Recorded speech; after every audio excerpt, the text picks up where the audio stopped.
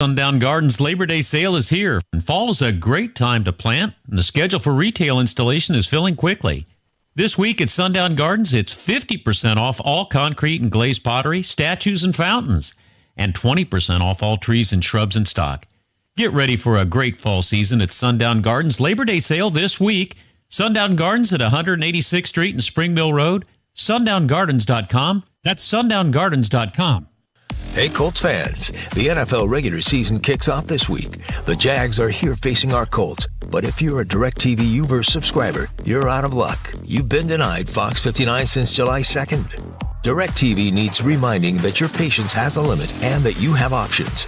Call 855-MY-FOX-59. That's 855-MY-FOX-59. And explore your many options on our website, keepmylocalstation.com/WXIN. Thank you, and go Colts. Uh-oh, Brad's buzzed. Oh, yeah? Yeah, he's starting with the woots. Good thing is, he knows when he's buzzed. Know your buzzed warning signs? Call for a ride when it's time to go home. Buzz driving is drunk driving. A message from NHTSA and the Ad Council. Oh, the posh, travelling life, the travelling life for me. First cabin and captain's table, regal company. Whenever I'm bored, I travel abroad, but ever so properly. Port out, starboard home, posh with a capital P. Oh.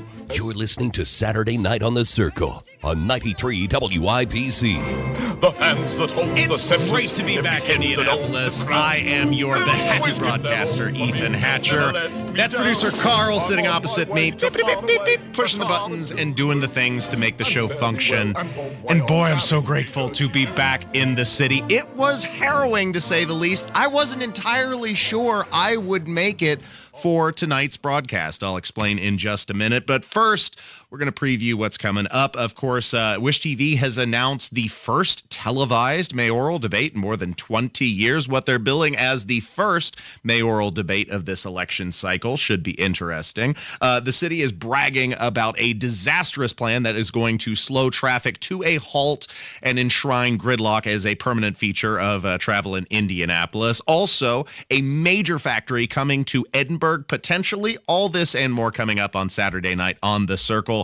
But like I said, I wasn't even sure I was going to make it for tonight's broadcast because I took a trip over Labor Day to Pennsylvania visiting friends for a couple of reasons, to visit them and also to check out a phenomenal phonograph exhibition just outside of Baltimore in Maryland. But on the way, my vehicle broke down. And the worst thing that could happen to a truck, too, the transmission failed. Like, I didn't even figure out what was going on until I already got off the Pennsylvania Turnpike, because I was listening to the radio and had that thing cranked up, so I wasn't hearing the grinding that evidently must have been getting progressively louder as I traveled the nearly 525-mile journey to just outside of Harrisburg. It was nuts and very unfortunate, but I'm glad to be here. Oh, producer Carl, would you believe this? I posted about it on Facebook, and this is proof that WIBC really does have the greatest listeners in the world. Some of the listeners offered to bail me out and send me money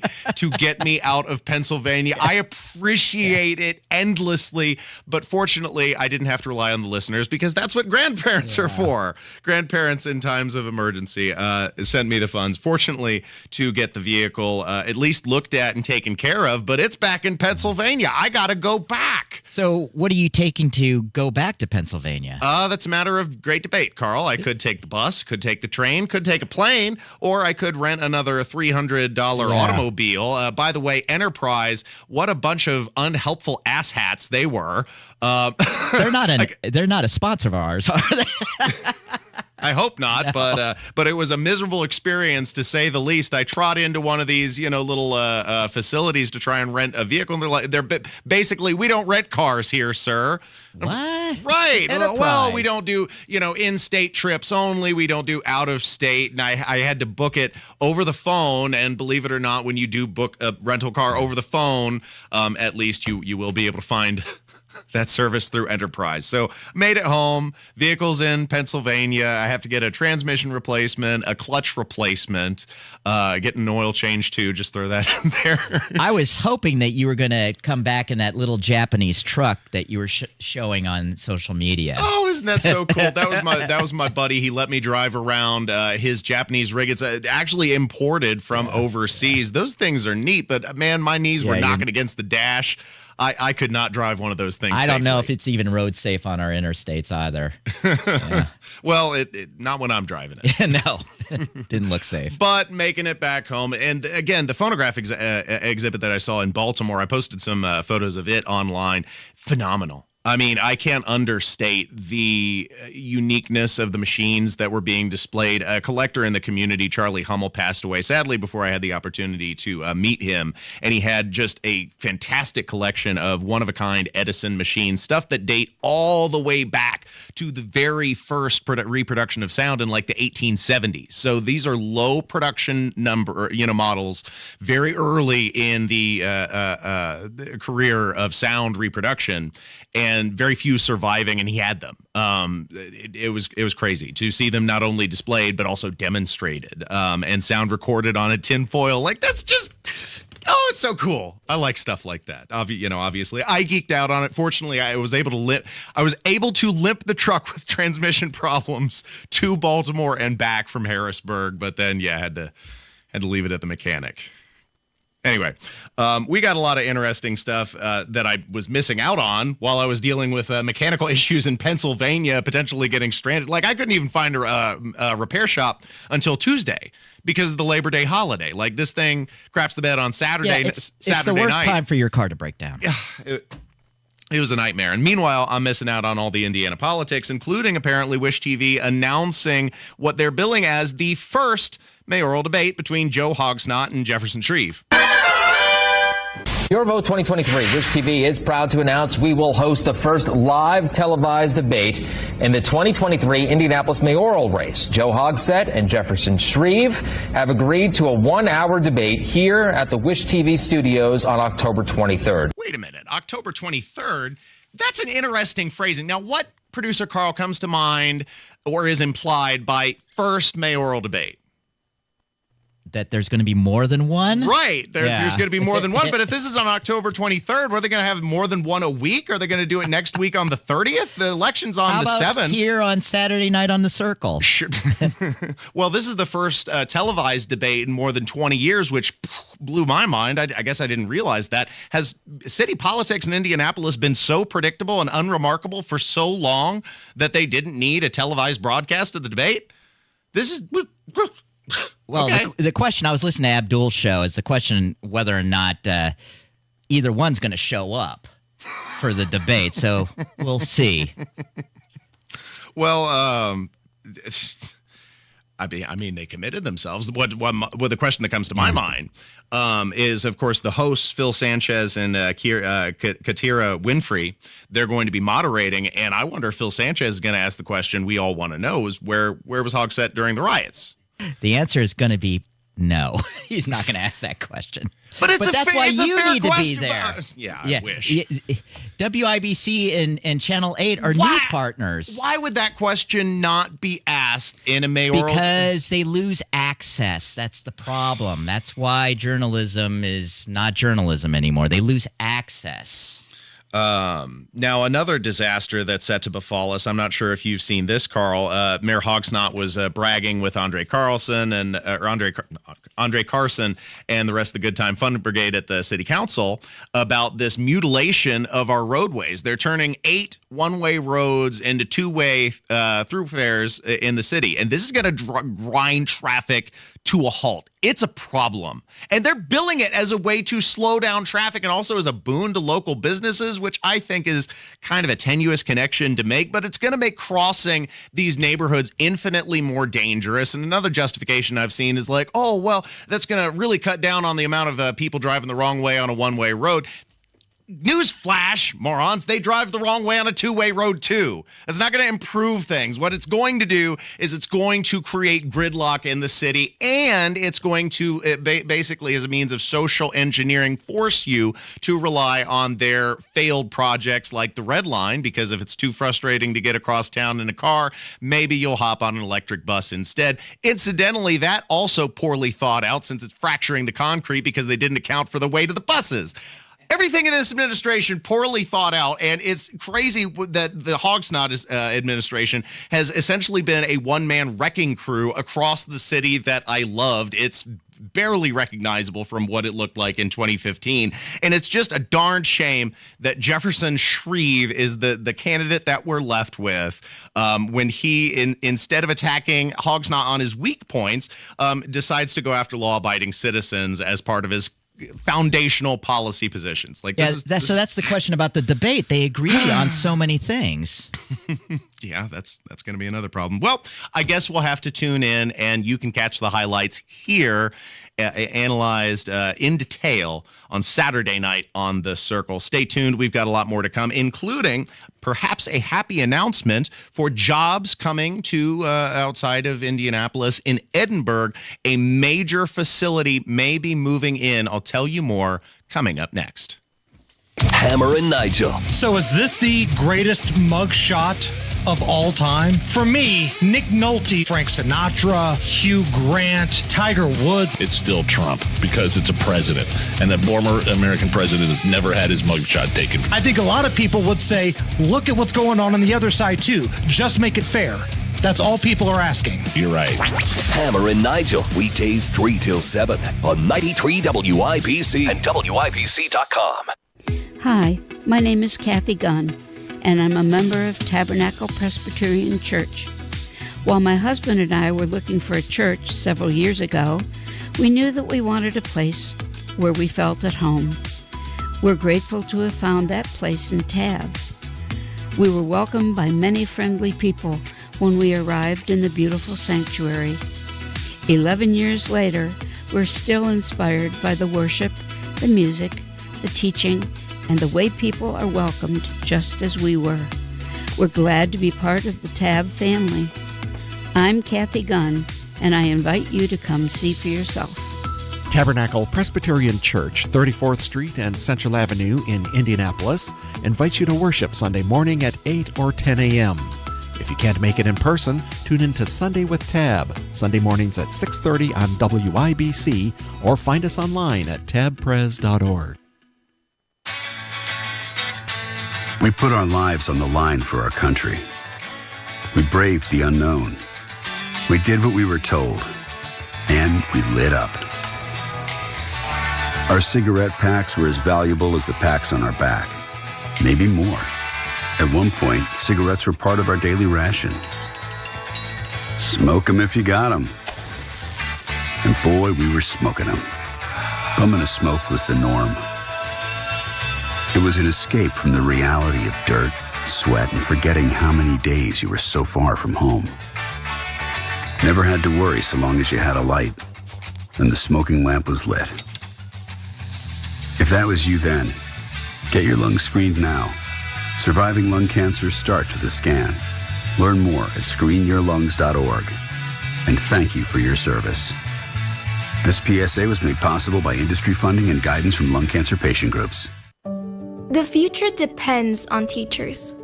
Every day, teachers are shaping our tomorrows, starting their students on journeys that will change the course of history.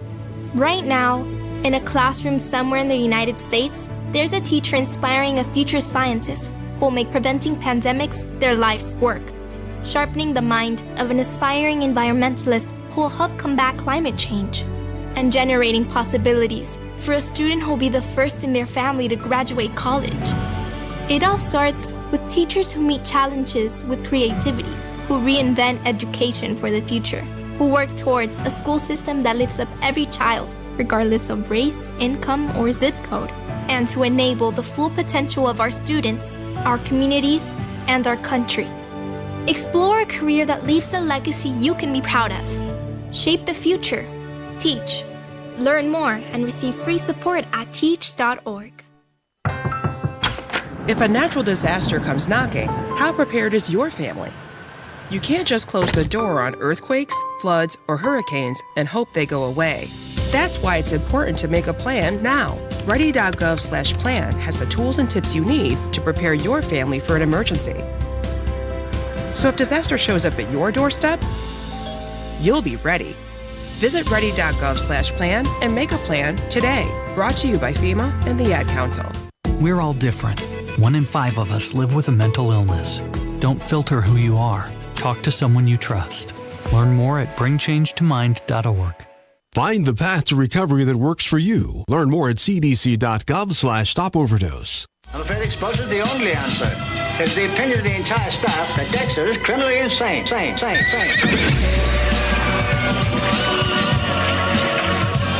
You're listening to Saturday Night on the Circle on 93 WIBC. That boy needs therapy. Thanks for tuning in to Saturday Night on the Circle. Find my podcasts uploaded to SaturdayNightOnTheCircle.fireside.fm or WIBC.com. You can also find my whiteboard drawings uploaded there to the show page. Producer Carl, beep, beep, beep, beep, beep, pushing the buttons and doing the things to make the show function. We begin with a surprising news flash. Apparently, our prosecutor does know how to file criminal offenses. This was shocking. He pressed charges against the great Magic the Gathering gaming card heist of the Gen Con convention. Did you hear about this, Producer Carl? Nearly $300,000 in trading cards absconded with by these two New York rapscallions who had nary a thing to do with Gen Con. This is heist of the century. I'm glad he's making the streets of Indianapolis safer. Right? Now, that's what I said. I applaud that he's going after some ne'er-do-wells. Now do this with the violent criminal offenders. Please? That might be asking too much. Right. Well, they caught up with these guys pretty quick. I guess they stole the goods August 1st before the convention had even started.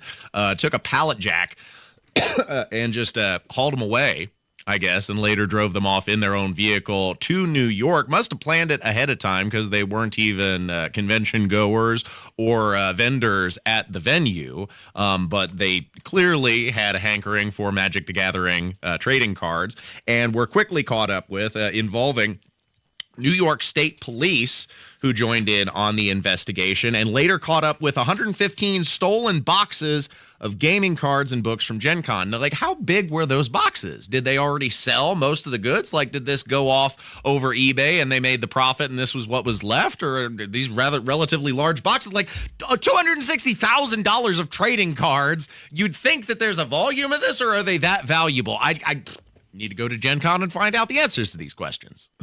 Clearly, the DA is probably a Gen Conner, he's into it. So this is why he was focused on it. Yeah, that's a good point. Just like the governor and his pro basketball policy that always worms its way through the General Assembly because he likes basketball. So, the prosecutor, he likes Gen Con, maybe plays Magic the Gathering or Dungeons and Dragons, one of the other board games. And that's why he's going after this. That is an insightful observation, Producer Carl. I like that. Now, I did say that we were potentially getting a rather large expansion to jobs, a huge food and beverage facility owned by King's Hawaiian, proposed for at a location just south of Edinburgh in German Township. I mean, this thing is huge. It's called Project Whiteboard. They're going to be the first manufacturers in this 532,000 square foot food and beverage production facility that includes a 368,000 foot manufacturing facility with 78,000 square feet of cold beverage storage. This is serious stuff. And I appreciate anytime jobs are brought to the Hoosier homeland. So in honor of this proposition, which as I understand it hasn't been approved yet, I brought some delicious King's Hawaiian rolls, dinner rolls, the sweet rolls you get at Thanksgiving. They're fantastic, to the studio so Carl and I can enjoy them. Thank you, Ethan. King's Hawaiian, not a sponsor, but would sure be hecka privileged if they chose to be. Yeah, it should be. Mm-hmm. Yeah. Sponsor Saturday Night on the Circle. We'll give you all the good press. Because they're big, darn good dinner rolls, right? They are. They're great. Mm-hmm. Just a little bit. They're better than that conservative chocolate that you brought the other day for $25 a bar. Mm-hmm. Considerably cheaper, too. Yeah. Yeah, I think that was what was it like $5 a bar? That's like $5 for the whole package of 12 dinner rolls. Like that'll get you taken care of. So yeah, King's Hawaiian, it would be great if they moved just south of Edinburgh, because think about how many jobs you can stuff in a 500,000 square foot manufacturing facility. Like that's a lot of bread, figuratively and literally. Being King's Hawaiian. Excuse the pun, yeah. Right. Who else would go in there? That's what I want to know. Maybe some Coca-Cola? We could pay. Yeah. We always need another bottling plant. That would be just fine and dandy, because there's a shortage of good paying jobs, you know?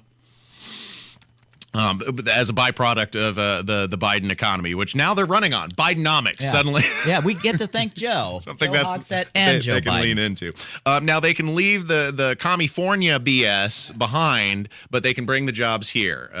King's Hawaiian. Another thing that would potentially be a boon to the state, as I understand it, is being considered by the General Assembly, the economic impact of legalizing marijuana consumptions in some way, whether that be recreational or medical. And look, business owners would hop on the opportunity, as was reported by Wish TV 8. 23 states have legalized recreational marijuana, and another 15 allow medical sales. Shadi Curry employs about 40 people at 8 Indy e-cigs locations and a hemp processing facility in Indianapolis. He says he'll expand if the state ever legalizes cannabis. All the business owners like myself that would be investing in the cannabis space, the jobs that would create, the amount of money that would go back into enforcement, law enforcement, mental health treatments. States where it's legal say recreational marijuana tax money funds education, roads, and other government services. And really, that's what it all comes down to, doesn't it, is the tax money? Because that's why that was one of the big things in the early American colonies, is taxing alcohol production. Taxing recreational substances has been part and parcel, essentially, of American policy since the dawn of the country. And if that's the way that we have to rationalize it to the General Assembly, so be it, because in those states that have legalized it, Michigan raked in $325 million in tax revenue from $1.9 billion in sales from last year alone. Illinois, our neighbor to the west, took in $445 million in tax revenue from $1.5 billion in sales. And like traffic director Matt Baer has proposed in the past, pot for potholes, and if that's what gets the government to move, if there's one thing that would get the government to move, it is taxes. Taxes! Beautiful, lovely taxes! And then, if nothing else, just the freedom for Americans to recreate in the way that they wish. If you're not harming anybody, like, what's the point? There's certainly more danger in the drunk drivers that kill a litany of people across the United States. It's basically the American pastime. What do you see parked out in front of those bars? Cars. That's how they get there. And then irresponsible choices are made. Whereas comparing, recreational marijuana, as far as I'm aware, there has never been a single reported fatality directly caused by the consumption. I love smoking marijuana. It makes me feel fantastic-terrific, so I do it when I wanna. Y'all ain't gonna convince me weed is a bad thing, especially since you're so mad, man. And I'm cool, calm, collected, well-respected, motivated, driven, wide awake and living, making a living with my God-given talent. Sally for tally-ho, onward we go. Onward we go with more Saturday Night on the Circle. Coming up next, of course, is the Hat Tricks with Hatcher segment. And boy, do I have some amazing clips lined up for you. We're checking back in with Karine Jean-Pierre, as well as Mads Mikkelsen asked an especially baffling question about his 1700s Danish movie in production. So we'll catch up on all the details up next. Stay tuned to Saturday Night on the Circle. That didn't take long. A Night with WIBC, brought to you by Relay Indiana, is once again sold out. One night only. Tony Katz. I avoid the use of the words dumb and stupid. Kendall and Casey. I'm just strapping you in. Go for it. Hammer and Nigel. Loud, it's chaotic. And special guests. It'll be informative. It'll be funny. It won't be PC. Didn't get your tickets? Register and win the few we have left online at WIBC.com. Everyone's talking about Galaxy Concrete Coatings and their transformation, like business owner Brian. Yeah, Galaxy was great. We have a business where a lot of the service techs are working out in the field, and they'll come in and they'll have even some mud or something on our shoes. So if we're having a meeting, I needed a flooring that could stand up to that, but still look good as an office setting. Well, if you own a home or a business, Galaxy Concrete Coatings got you covered. Galaxy was great to work around our schedule. They were able to come in on a Saturday, and the job was completed over the weekend, and we were back in business, so we didn't miss a step. Lots of styles to choose from. 4 times stronger than epoxy and a 15-year warranty. It's very nice looking. It's very durable. Really makes the room stand out and shine. Click on GalaxyConcreteCoatings.com now. That's Galaxy Concrete Coatings. And remember to like us on Facebook. Galaxy Concrete Coatings. We're out of this world. Galaxy was quick to respond. They were quick to give us a solution and quick to get it completed as well. And they're going to take care of you. Hi, this is Denny Smith for Zero Res, and how about a game-winning strategy to tackle those ugly summer stains in those carpets? More than that, your carpets are the largest air filter in your home and can hold 4 times their weight in dirt. Where do you think everybody sneezes, wipes their shoes, and drops food? That's right, your carpets. And the kids are headed back to the germ pools at school, and they need a safe space when they get back home. It really is a great time to clean the carpets, and it's quick and easy to schedule online. Nobody but Zero Res has the patented electrolyzed ZR water that cleans with no soap, no harsh chemicals, and no residue to attract more dirt. They can even clean your ductwork to help you breathe easier. Duct cleaning improves the air quality in your home as well as the efficiency of your HVAC equipment and reducing energy costs. Schedule online today at ZeroResIndy.com and mention WIBC. You'll get 3 rooms of carpet clean starting at $139, and they'll give you a free hallway and $50 off air duct cleaning too. For a smarter, lasting clean and really easy scheduling, visit ZeroResIndy.com. Reggie was a nurse for 16 years. I had become very burnt out. I wasn't making good money. Then it happened. There was an ad for My Computer Career, and it just spoke to me. My Computer Career was the best decision he ever made. I could study anywhere from my laptop, and I was working in the first couple weeks of me being in class. Reggie hit a home run. The field is teeming with jobs. Become an IT pro in just months with zero experience at mycomputercareer.edu. The school is amazing. It's not rocket science. It's mycomputercareer.edu. This is one student's experience. Individual results vary.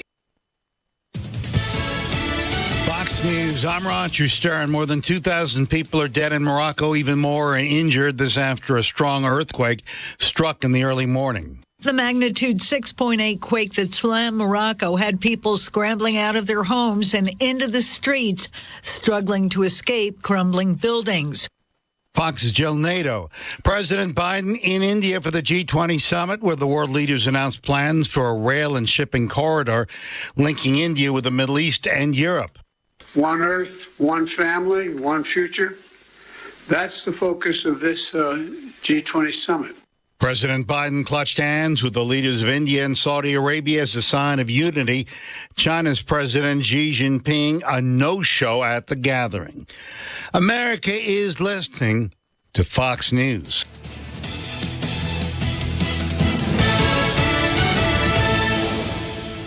Emmer and Nigel here, inviting you to join us as we kick off the weekend every Friday around 5:45 with Beer Sample Friday, brought to you by our friends at Thompson Furniture and Mattress in Columbus.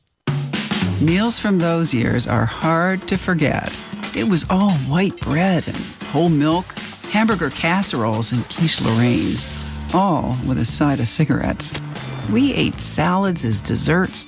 We knew a party was classy if it had a cheese log. And we never missed an after-dinner smoke. It didn't matter if we were in our dining rooms, a burger joint, or the ritziest of restaurants. There'd be an ashtray on every table.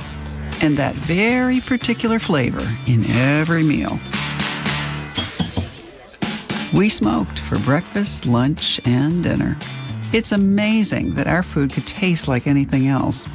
If that was you then, get your lungs screened now. Surviving lung cancer starts with a scan. Learn more at screenyourlungs.org. This PSA was made possible by industry funding and guidance from lung cancer patient groups. To protect his family from disaster, Steve used his camera phone. Done. By taking pictures of his important documents, Steve can always have them stored online. Learn more simple disaster prep tips at ready.gov. A message from FEMA and the Ad Council. No Kid Hungry is providing healthy meals and hope to hungry kids so they can build better futures. Learn more at helpnokidhungry.org. Time goes slowly, but it carries on. And now the best years have come and gone.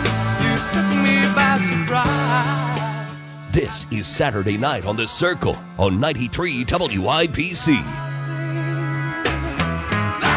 This week, we'll be checking in with Press Secretary KJP as she tries to justify the disastrous missteps of the Biden administration, fielding a desperate distraction in the hopes of gaslighting away valid criticism. You'll also hear a heroic Nevada Ranger take charge in handling road-blocking climate numbskulls, endangering citizens baking in the desert sun. And finally, a hilarious exchange with an unhinged reporter shows how far entertainment has fallen. And you'll hear it all for this week's edition of Hat Tricks with Hatcher. It's time for another one of Hatcher's Hat Tricks. The story you are about to see is true. The names have been changed to protect the innocent. You're listening to Saturday Night on The Circle, where I'm your host, Ethan Hatcher, and producer Carl beep, beep, beep, beep, beep, pushes the buttons to make the show function. Thanks for tuning in, as usual. Let's check in with Karine Jean-Pierre. And according to her, Biden has a near telepathic connection, a laser-like focus on what Americans really need. He has his finger on the pulse on what it is that the American people need. He talks about issues that really matter to the American people, and he is delivering. Is there more work to be done? There's always more work to be done, but we are happy to take that on.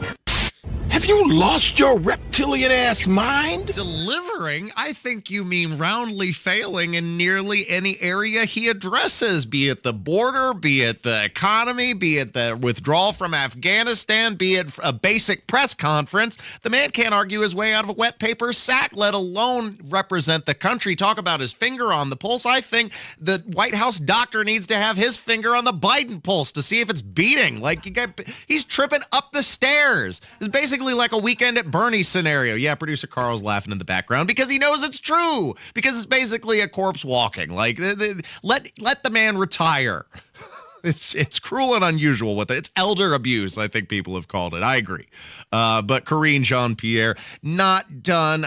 Also making a statement that after the multiple boosters, after there's been multiple resurgences of COVID-19, clearly the vaccines work. The experts feel that, again, we listen to the experts, CDC, FDA, they got to go through their process in getting these vaccines done and ready to go. That's going to be mid-September. We're, September, 5th? What is it? Right? So we're not far from that, from mid-September. And we're going to do our job as we do every time when it comes to new vaccine or any of the tools that are out there. We're going to make sure that we encourage Americans to get those vaccines. We know that these vaccines work, right? We know when people say up to date with their vaccine, that works. I think I can smell shite. Yes, I can definitely smell shite. What do you mean the vaccines work? What do you mean after... Now, multiple years, remember the first round of vaccines, they said transmission would be totally prevented, and that was quickly disproven. And now it's not lessening the side effects. The side effects are basically a flu. So there is no point in going to get the billionth vaccine. The severity of the pandemic is done. So it is just ridiculous to see the administration lean on vaccines, which then, unfortunately has a side effect of diluting trust in real vaccines that do have efficacy. Like, look, polio vaccine, obviously works. Rabies vaccine obviously works. Tetanus vaccine, another good example of a vaccine that works. Vaccines are not bad, but when you oversaturate the market with vaccines of questionable efficacy, then you're unfortunately going to diminish the public's trust in what otherwise is a medically viable option. Now, another Democrat trying to run interference, Katie Porter from California, saying that Joe Biden is doing great with the economy. President Biden has done a terrific job on the economy, and I think this is a matter of just people wanting to sort of dream up what they could imagine for different kinds of candidates at this point. But the truth is, Joe Biden has a terrific story to tell on the economy.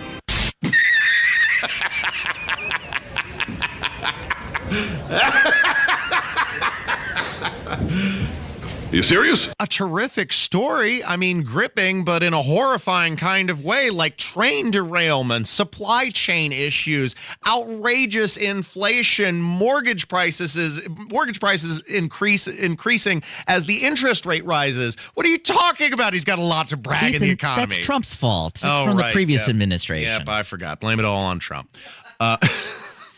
Now, if those clips left you feeling dissatisfied and borderline nauseated, here's something that will warm your heart. I know it's a couple weeks old at this point, but I missed out.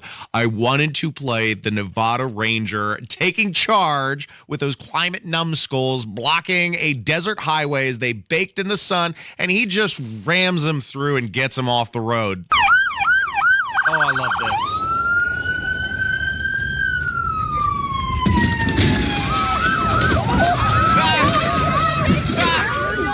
Did anyone get that? Yeah.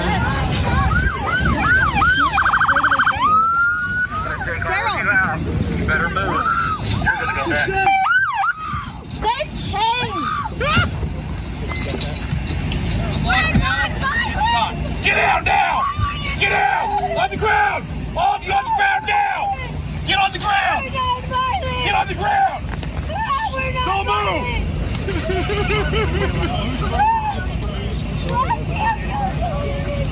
We have no weapons at all. We're environmental protesters. Please. Mental illness is a political identity and always has been. We're environmental protesters. She's screaming on the pavement as the officer is handcuffing her and dragging her off to the side of the road. Like, good on the Nevada Rangers. Now, as I understand it, this took place on a tribal reservation.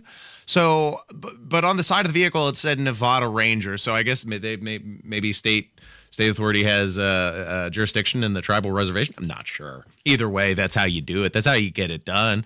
And they can't say that they're quote unquote peaceful protesters. Like, yeah, they may be unarmed, but they are causing harm to the population by having them stuck baking in the Nevada desert. Ground to a halt on the highway. It's unacceptable. What about emergency vehicles? What about people who need to get from point A to B? That's not a peaceful protest. Take your marches, take your climate protests, and take them off to the side of the road.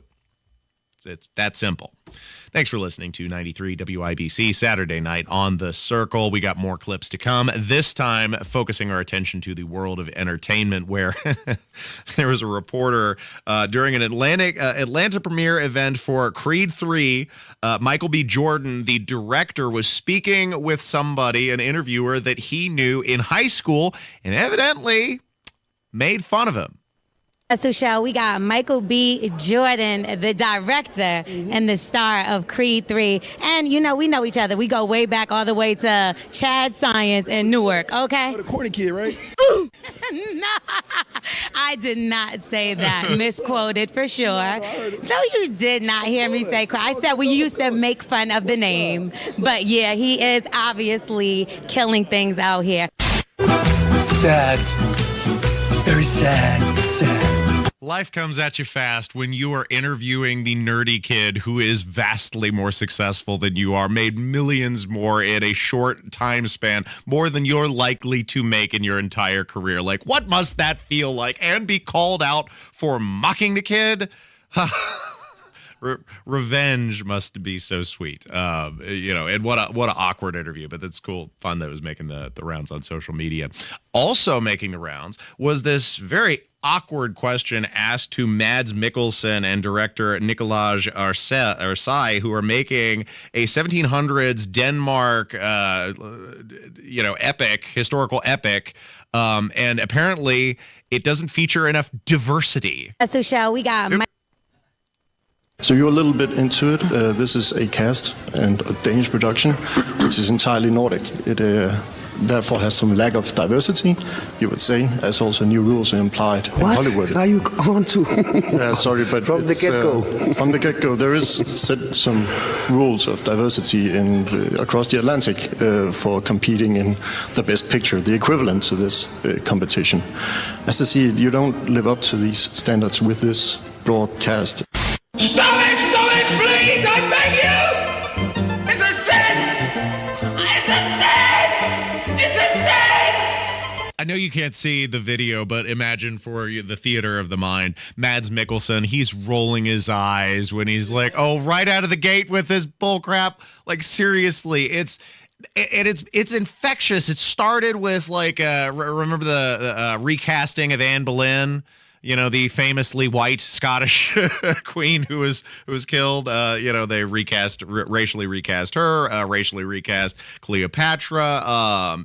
And just saying, like, pointing out that it was done poorly in the past.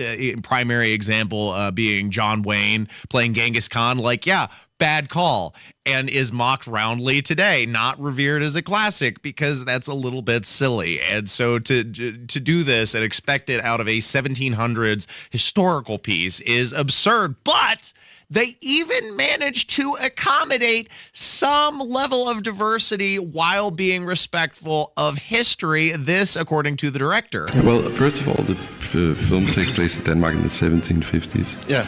We do have a big plot line, about a girl of color who is being subjected to racism. Okay. And and which was very rare. Any people of color in Denmark, almost nobody. She was probably at the time the only one in the entire country of Denmark.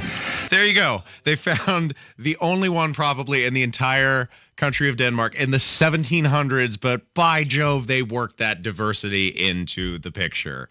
And it's still not good enough for the wokies. That's why you cannot bow to this crowd. And you good on Mads, good on, what seems like a growing number, hopefully, of Hollywood elites seeming to, kind of test the waters with pushing back against the ridiculousness that has wormed its way in our entertainment.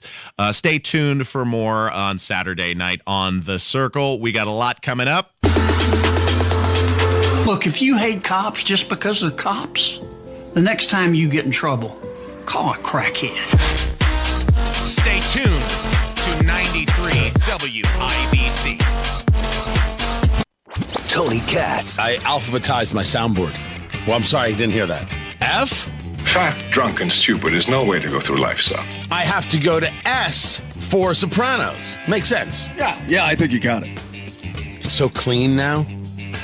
It's fantastic. Yeah, we have clearly run out of things to talk about. There's nothing else going on in the world. It's a great world, everything's so. This show is stupid. Tony Katz, mornings 6 to 9 on 93 WIBC and WIBC.com. I asked what kind of family she wanted. She said, a family like yours. Learn more about adopting a teen at adoptuskids.org. You can't imagine the reward. Brought to you by the U.S. Department of Health and Human Services, Adopt U.S. Kids, and the Ad Council.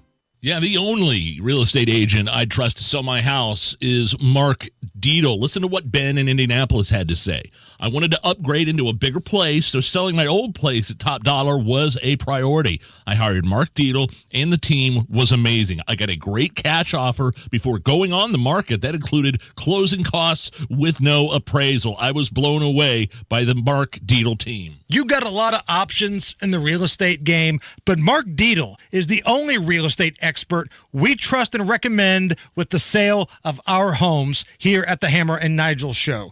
Mark Dietel guarantees your home sold at a mutually agreed upon price and deadline, or he will buy it. Pick your move date, no long-term contracts, and you can cancel anytime. MarkDietel.com. That's DIETEL. MarkDietel.com, or call 755-4232. Tell them Hammer and Nigel sent you. JV here for Sundown Gardens. The Sundown Gardens Labor Day sale is here. Fall is a great time to plan and schedule for retail installation is filling up quickly. This week at Sundown Gardens, 50% off all concrete and glazed pottery, statues, statues, and fountains, and 20% off all trees and shrubs in stock. Get ready for a great fall season at the Sundown Gardens Labor Day sale this week. Sundown Gardens, 186th and Spring Mill Road. The Sundown Gardens Labor Day sale this week. That's sundown.gardens.com. Hey, Colts fans, the NFL regular season kicks off this week. The Jags are here facing our Colts. But if you're a DirecTV Uverse subscriber, you're out of luck. You've been denied Fox 59 since July 2nd. DirecTV needs reminding that your patience has a limit and that you have options. Call 855-MY-FOX-59. That's 855-MY-FOX-59. And explore your many options on our website, keepmylocalstation.com/WXIN. Thank you, and go Colts. We tend not to think about right now, but right now in front of us is victory over cancer. Right now, cancer research funded by the V Foundation is leading to better treatments and saving lives. When you give to the V Foundation, 100% of your donation goes directly to game-changing cancer research. Victory over cancer is there for the taking. By you. Donate at V.org. Because today's cancer research is tomorrow's victory. Don't give up. Don't ever give up. The latest local news, commentary from Tony Katz, Kendall and Casey, Hammer and Nigel, podcasts. Listen to the station live, whenever, wherever, online at WIBC.com.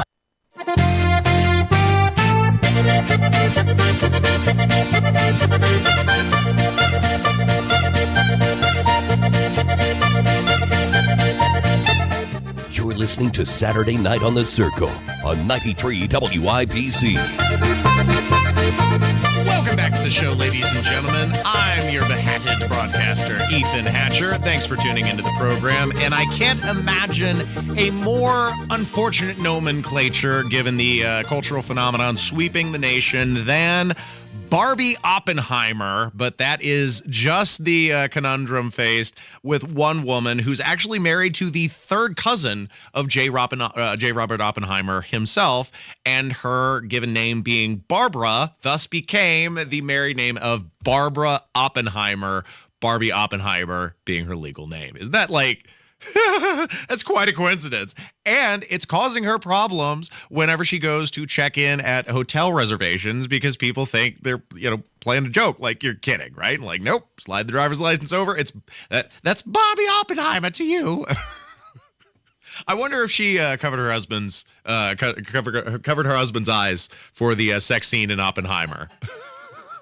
Like, this, of course, is a reference to a clip that I played on a couple episodes ago of Saturday Night on the Circle. Check the podcast uploaded to SaturdayNightOnTheCircle.fireside.fm or WIBC.com. This really controlling wife was making her husband, like, lean on her shoulder during Florence Pugh's sex scene. Very brief sex scene in the J. Robert Oppenheimer biopic. But who knows? Hopefully Barbie Oppenheimer isn't that controlling. She's also a fan of Barbie ever since she was 6. Like, I guess, a lot of girls in America. She had a Barbie, she had a Ken, she had a Midge, and a Skipper. So she had the whole family of Mattel Productions there. I'm just thinking with a name like Barbie, I don't think that could be that prudish. It's kind of it. Yeah, it's a good point.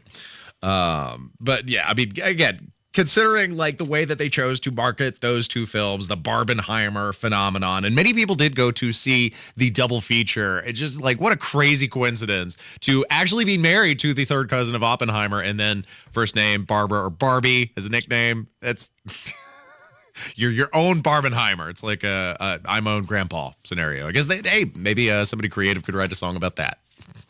Thanks for listening to Saturday Night on the Circle. Before we close, also wanted to point out this Mexico Marathon that has reportedly disqualified 11,000 participants of a nearly 30,000 person race. They checked in with their little electronic tagging devices and figured out that most of them didn't check in on the checkpoints and had veered significantly off course. They were taking mass transit. They were hopping in cars. They were basically doing anything other than running. And of course, the authority that put on the Mexico Marathon said that, this is very disappointing. They're besmirching the event, the name of this event by cheating. But can that really said to be the case when it's not the first time that this has happened. Like this is apparently an ongoing tradition. 6,000 runners disqualified from the same 2017 race, 20% of the field failing to complete the full course. Organizers further disqualified a further 3,000 runners following the 2018 race. So I guess like 10,000 runners. Like this is a pattern at this point. Can we have these organizers monitor our elections? They seem to be on it, right? They could track the marathon runners, but not the votes. But what this reminded me of is, I mean, of course, the story kind of amusing in and of itself, but also the historical parallel between the 1906 Olympic marathon, which itself a storied disaster. I could go at length. One of the participants, Anderin Carvajal, he was the participant from Cuba. He actually placed fourth, but it was a multi-mile course. It had, steep grading hills. Passerby in vehicles were kicking up dust in the road. At one point, multiple runners falling to the side of the course in convulsions, coughing up blood because of the silica and particulate matter tearing their lungs apart. Like, this was a brutal race. It was over 100-degree weather in the 1906 Olympic marathon. And again, the Cuban marathon participant, he was running in a full long sleeve shirt and pants and a hat. He's stopping at the side of the course to talk with participants.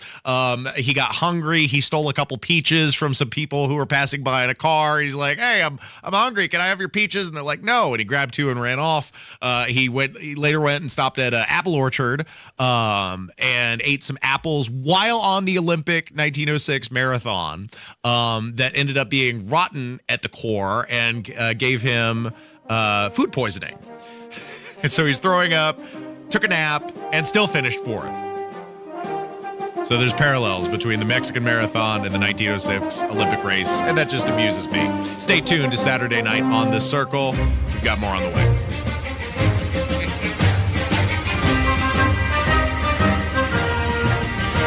That didn't take long. A Night with WIBC, brought to you by Relay Indiana, is once again sold out. One night only. Tony Katz. I avoid the use of the words dumb and stupid. Kendall and Casey. I'm just strapping you in. Go for it. Hammer and Nigel. Loud, it's chaotic. And special guests. It'll be informative. It'll be funny. It won't be PC. Didn't get your tickets? Register and win the few we have left online at WIBC.com. Garage door problems? Call today for service today. Garage Doors of Indianapolis has been solving garage door problems for 33 years. Call today for service today. 875-4577. Garage Doors of Indianapolis services all makes of garage doors 24 hours a day, 7 days a week. Call today for service today. Get it fixed right now. Call Garage Doors of Indianapolis at 875-4577 or visit doorstoday.com. In the morning, call 875-4577. Service today. Hi, this is Scott Trout of Cordell & Cordell. There are a lot of great dads out there. Sometimes those dads get divorced. For more than 30 years, we've represented men in divorce, confronting the pitfalls that could devastate your finances or harm your family relationships. While every situation is different, our goal is to get the best outcome for you and your kids. Visit CordellCordell.com to take the first step. Schedule an appointment with one of Cordell & Cordell's Indianapolis area attorneys. 101 West Ohio Street, Suite 1250, Indianapolis, Indiana 46204. Having low income can mean making tough choices. Choosing between paying for food or medication or a place to live is a reality for many people. Do you know someone who could use some extra help? Find out about the Supplemental Security Income Program, SSI, administered by Social Security. You could receive monthly SSI payments if your income and financial resources are low and you are 65 or older, or an adult or child with a disability or who is blind. SSI is money you can use to help pay for basic needs, like putting food on the table, keeping the lights on, paying the rent. It can mean new shoes for growing feet or help with medical needs. Call 1-800-772-1213 or visit ssa.gov/SSI to schedule an appointment or start to apply today. That's ssa.gov/SSI. This message produced by Social Security at U.S. taxpayer expense. Hi, I'm news correspondent Bob Woodruff. In 2006, a roadside bomb struck the armored vehicle I was riding in while reporting from Iraq. I sustained a life-threatening traumatic brain injury. The military term "got your six" means I have your back. And that day, our service members had mine. During my recovery, I learned firsthand the challenges facing our service members who return home with injuries. While serving, their fellow service members always had their six. Now that they're home, it is our turn. We started the Bob Woodward Foundation to make sure that the camaraderie and support they relied on in the military carries on. And we need you. Please join us as part of the Got Your Six initiative and help us be there for impacted veteran service members and their families. They've had our backs. It's time we have theirs. Learn more at gotyoursix.org. That's gotyoursix.org. Using the number 6. Broadcasting from the Peterman Brothers Heating, Plumbing, and Electrical Studios, this is Indy's Mobile News, 93 WIBC. WIBC HD1 Indianapolis. The news starts now. A killer earthquake overseas. I'm Roger Stern, Fox News. More than 2,000 people dead, even more injured. This after a 6.8 magnitude earthquake struck Morocco. This is a rare quake for the region. Officials say it hit Morocco's high Atlas Mountains at around 11 p.m. on Friday night, local time. And also there are issues now accessing some of those mountainous areas where most of the fatalities are thought to have happened. Also, the quake hit the city of Marrakesh pretty hard. That's a major population centre close to the epicenter. Residents spent the night out in the open there, afraid to go back into their homes. Many ancient historic stone buildings crumbled too, and the streets there are full of rubble. Fox's Kitty Logan, many of the buildings were old and not designed to withstand earthquakes. President Biden in India for the G20 summit, where leaders announced plans for a rail and shipping corridor linking India to Europe and the Mideast. This afternoon, I want to highlight the key ways in which the United States and our partners are working to make this a reality. Economic corridors. You're going to hear that phrase more than once, I expect, over the next decade. Economic corridors. As we work to address infrastructure gaps across low- and middle-income countries, we need to maximize the impact of our investments. China's President Xi Jinping skipped the summit. Also, the G20, an announcement that the African Union has been added to the G20, the union representing 55 states making up the nations of Africa. President Biden had requested membership for the African Union last December, and it was a popular cause. It means the G20 will be the G21, representing 19 individual nations and the European and African unions. America is listening to Fox News.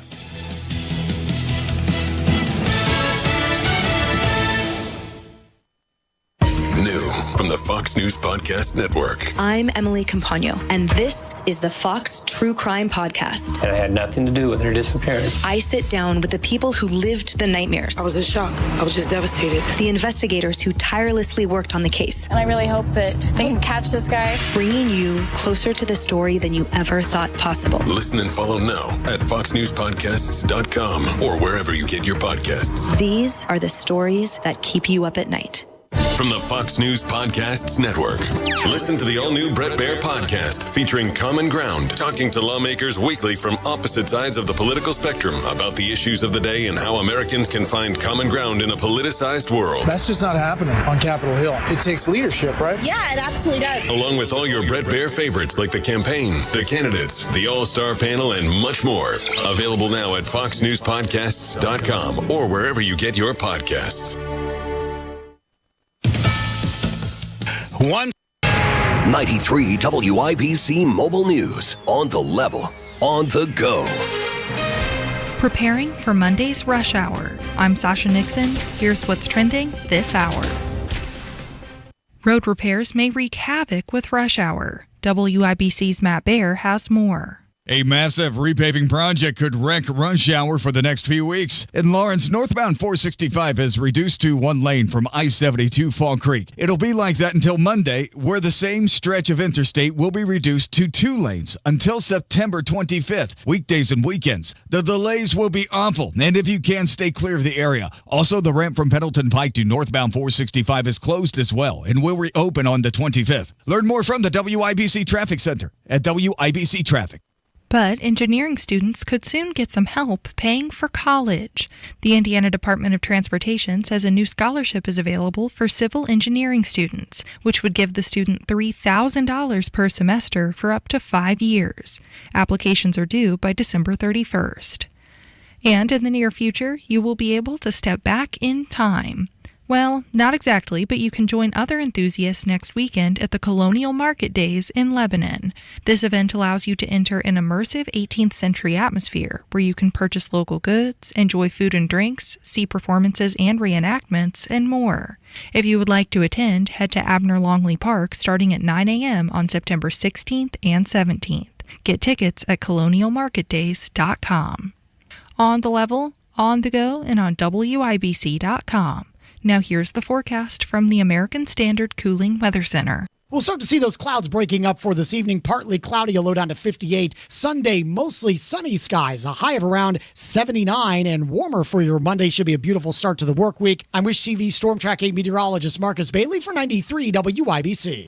At Peterman Brothers, we know how critical AC can be to your comfort. And we want to make sure you're comfortable in every season. That's why right now when you install a qualifying AC system with Peterman Brothers, we'll include the furnace for free. That's right, Indiana. The furnace is free. And if you schedule today, we'll install your new system tomorrow, guaranteed. Visit PetermanHVAC.com to schedule online in seconds. With the seasons about to change, it's a great time to get your home prepped for the months ahead and take advantage of Hope Plumbing's membership program. For just $8 a month, you receive one annual complimentary mainline cleaning and a plumbing safety inspection. Become a Hope Plumbing member today and have the comfort of knowing you have a plumber on call and put your mind at ease, knowing your home is prepped for the upcoming winter months. Call Hope Plumbing today and start saving big. What if the next time you painted your home was the last time you painted your home? Our home has had Rhino Shield for 10 years. Rhino Shield. Call 888-RHINO-41. Don't paint, don't vinyl. Go Rhino. There are screening tests to catch cancer early. Visit cancer.org/getscreened. This is Saturday Night on the Circle on 93 WIBC. Welcome back to Saturday Night on the Circle, where Democrat Mayor of New York City, Eric Adams, is waving the white flag under the enormous pressure of tens of thousands of illegal migrants flowing from the border to his city and overwhelming the infrastructure to support it. Thanks for listening to Saturday Night on the Circle. I'm Ethan Hatcher, your bespectacled curmudgeon. Producer Carl sitting opposite me, beep, beep, beep, beep, beep, pushing the buttons and doing the things to make the show function. Now, it's hilarious to watch Eric Adams cry that the city is on the verge of collapse when he invited the hordes of migrants to his doorstep by declaring it a sanctuary city, by leaning on that Democrat virtue signal. But apparently virtue follow-through is not their strong suit. It's, you know, they want the benefit of appearing to support policies that make them look good, but when the rubber meets the road, they fold like a damp old sock or a cheap suit because they don't have the means to support hundreds of thousands of people like Adoy. If only somebody had seen this coming and warned them about the disastrous effects of unlimited migration, the disastrous effects of Biden's border policy. They expected Republican border states to shoulder the burden of this, but now they're basically having to eat their words. The virtue follow through, whether they like it or not, is being forced upon them. And Eric Adams, oh, the city's on the verge of collapse. I don't see an ending to this. This issue will destroy New York City. Oh, no. Destroy New York City. We're getting 10,000 migrants a month. One time we were just getting Venezuela. Now we're getting Ecuador. Now we're getting Russian-speaking coming through Mexico. Now we're getting Western Africa. Now we're getting people from all over the globe have made their minds up that they're going to come through the southern part of the border and come into New York City. And everyone is saying it's New York City's problem.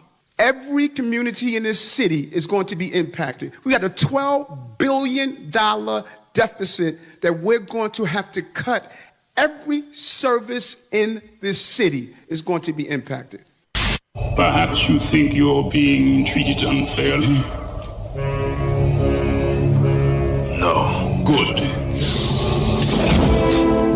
This deal is getting worse all the time. And just like Lando Calrissian, Mayor Eric Adams invited the evil empire into Bespin, or the New York City, because he did this deal with the Biden administration. He, supported the limitless flow of migrants over the border, and now his city is being overwhelmed as a result. They bought their tickets. They knew what they were getting into.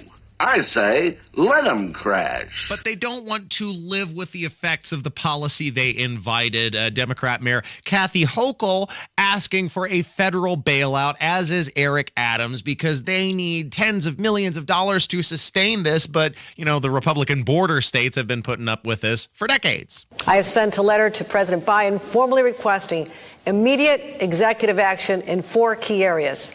First, expedited work authorization so we can get these people out of shelters and into the jobs.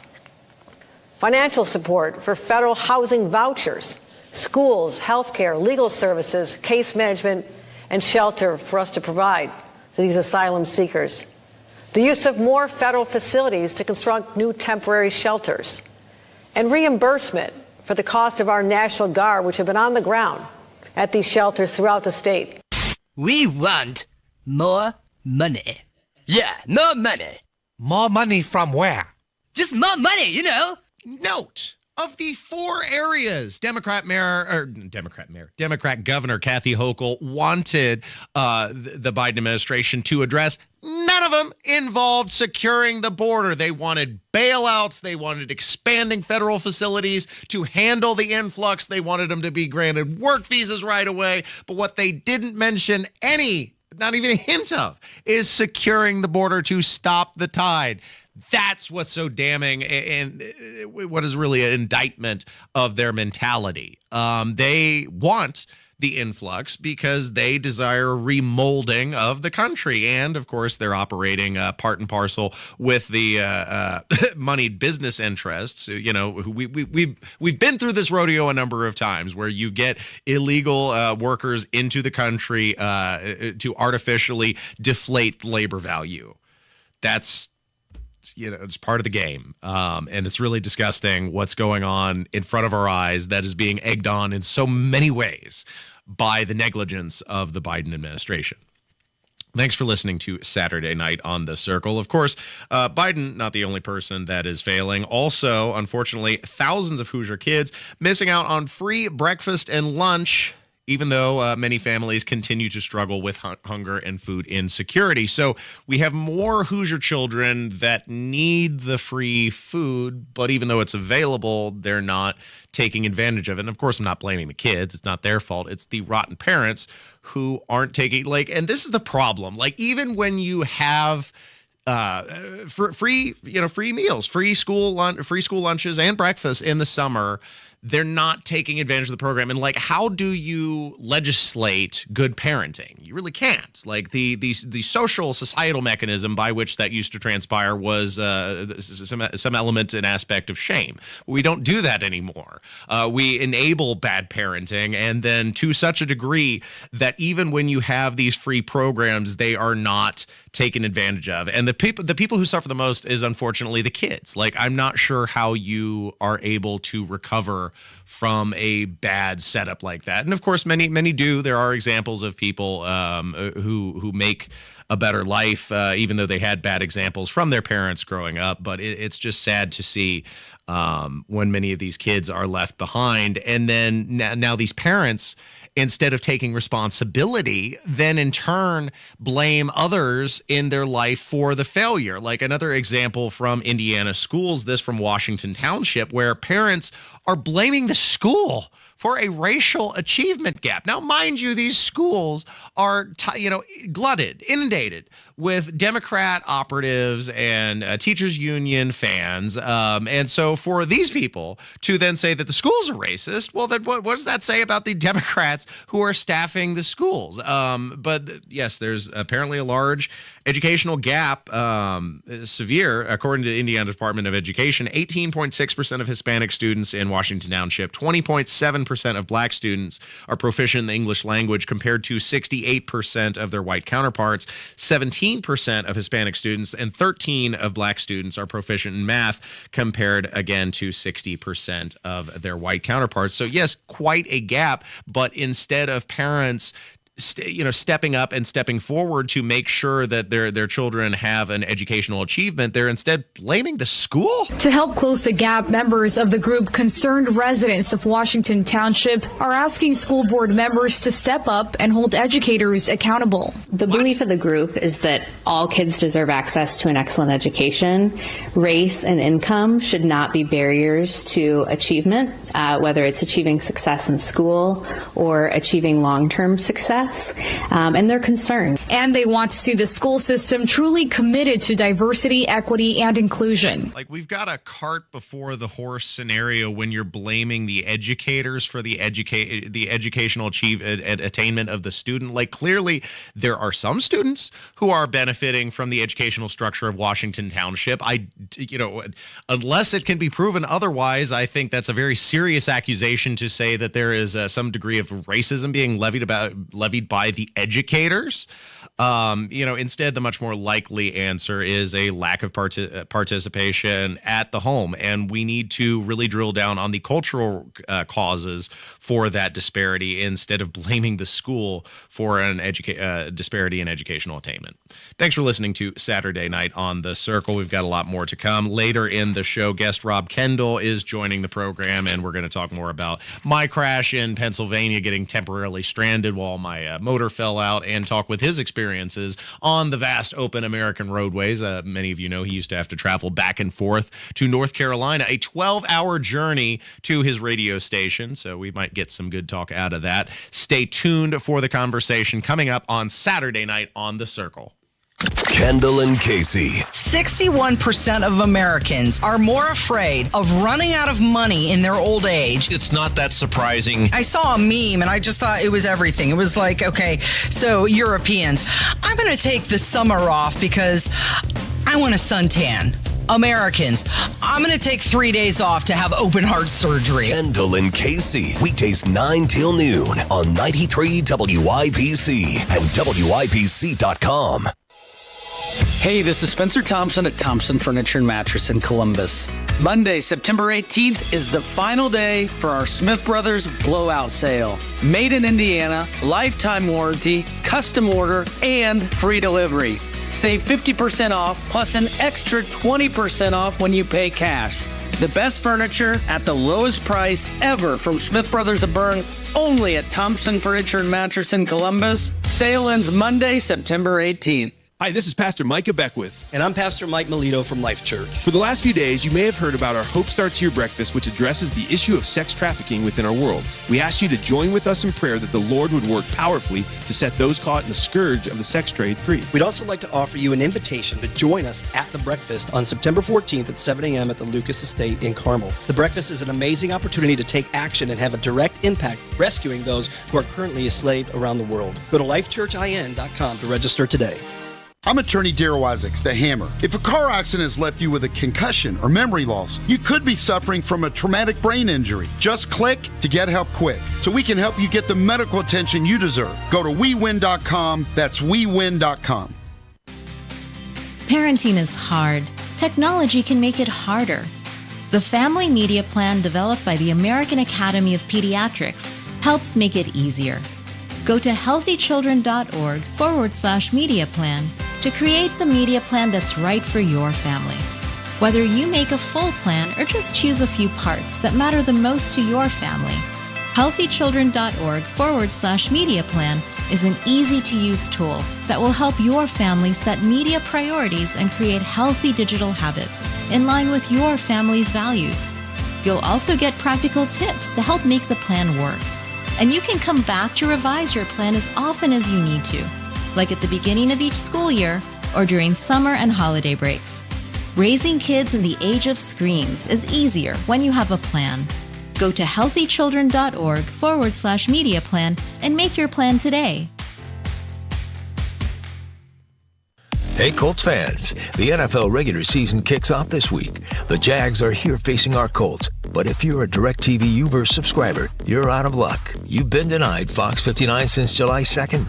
DirecTV needs reminding that your patience has a limit and that you have options. Call 855-MY-FOX-59. That's 855-MY-FOX-59. And explore your many options on our website, keepmylocalstation.com/WXIN. Thank you, and go Colts.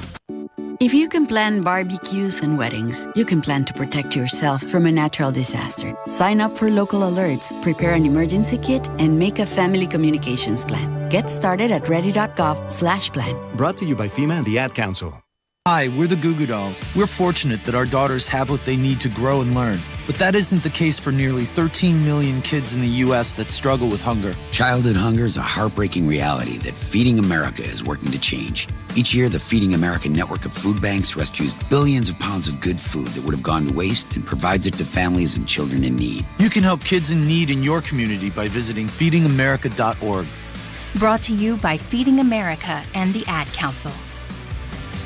Indie Humane, committed to helping Central Indiana's pets in need since 1905. Find your new best friend today. IndieHumane.org. When you're high, you feel different. But if you feel different, you drive different. So don't drive high. Brought to you by NHTSA and the Ad Council. You can't forget all your troubles, forget all your cares, so go downtown. Things will be great. This is Saturday Night on The Circle on 93 WIBC. Thanks for tuning in to Saturday Night on The Circle.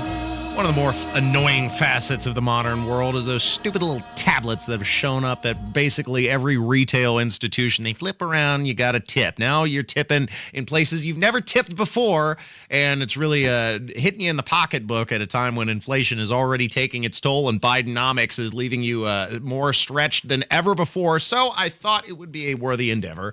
Producer Carl sitting opposite me, beep, beep, beep, beep, beep, pushing those buttons and doing the things to make the show function. If we covered where you should tip, where you shouldn't tip. That makes sense? You think our listeners get something out of that? Yeah. All right. This is per the Emily Post Institute online, where they said a lot of it common sense. If you go to like a salon or a barber or a restaurant where you're sitting down and ordering, that's a full service establishment and you should be tipping for good service between 15 to 20%. That's fair. I think that's reasonable. For food delivery, suggest less, from about 10 to 15%. Now, starting to get in a little bit muddy territory there. 15%, I'll do 10% on a delivery, except if you're adding a delivery fee, then I might do less. I don't think the pizza pie adds much of a delivery fee, so I'll, make sure to tip 10 to 15% to your pizza guy. But you order from Grubhub or some of these online places, don't they add a substantial delivery fee to that? I do believe so, although I don't go through Grubhub at all, so I don't know. I rarely order from there, but I'll leave them a few dollars, but 10%, geez, I don't know. Coffee shop, they say, on the other hand, that is up to you. Totally agree with that. I'm not tipping on the coffee, certainly not at a Starbucks. Maybe at a local coffee house, because those places tend to have pretty thin profit margins. So, I'll toss a little bit of something in the tip jar. If I'm paying cash, you got a little bit left over. That never hurts. But otherwise, I'm certainly not going to tip if I come and pick up the meal, like you order takeout and then they, flip the little tablet over and you're expected to tip then. No. What about you, Carl? Do you have any tipping do's and don'ts? I do tip because we are in the United States, but I like the Japanese. You tip on takeout? Well, no, but I'm just in general. I like the Japanese culture regarding this topic. Are you aware of what they think about tipping? Enlighten us. Zero. Well, because it's built into the service. It's part of the service. And I, as an American, the last time, it's been many years since I've been there, I left a tip. And here comes the store owner, the restaurant owner, like, don't do this. You insult me when you give a tip. And I'm like, now that's transparency in pricing. I'm pretty sure it's the same way in France. Yeah. I think Tipping is the exception. Americans are the exception with this tipping BS, with this taxing BS, because also in most European countries, they add the tax into your purchase. It's really an American phenomenon where you come up to the register and then surprise, sales tax, state tax, transaction tax, and then it gets added on, and then you have to tip on top of it. It's just really nice and up forward when it's all built into the transaction, right? Am I wrong? Chad, do we have any opinions on the tipping? Do we disagree? Do you think tipping should be included in the price? I'm curious to see what our listeners. I was going to say for those that are listening, streaming into like New York City, they're insane over there. They tip their garbage collectors. So at the end of the year, they're expected to leave a gift for the garbage collector, and if you don't, maybe your garbage is not going to get picked up. It's that kind of stuff. Now, per Emily Post Institute, they also suggested, speaking of New York, and they got money to throw around in New York.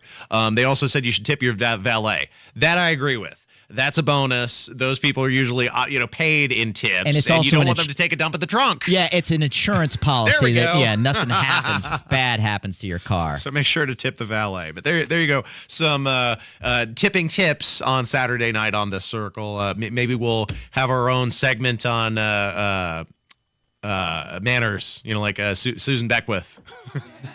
Tipping policy here on Saturday night on The Circle. Probably not. I don't have enough to say about that. Thanks for listening to the show, by the way. This was a crazy story.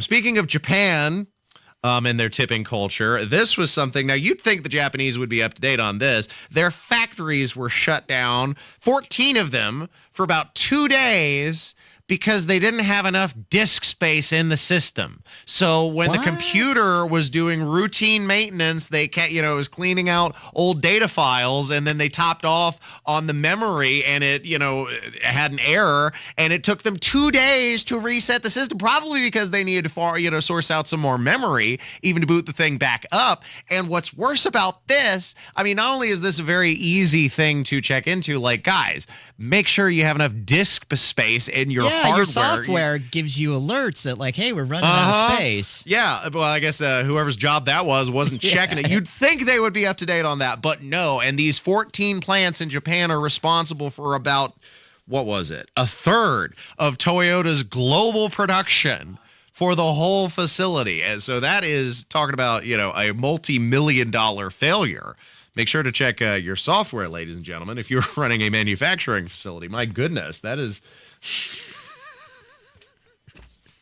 This is an easy oversight, but you'd think they would be up to date on that.